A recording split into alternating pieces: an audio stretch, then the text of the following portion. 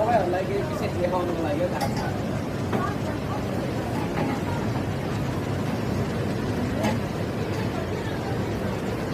ठिक छ नि खाऊ चाहिँ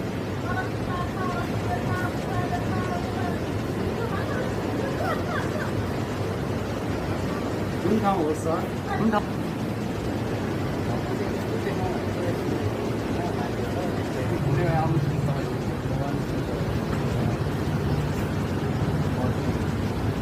फर्स्ट टाइम ट्रिपलवाला भन्नु चाहिँ लमजुङ हो होइन लमजुङ हो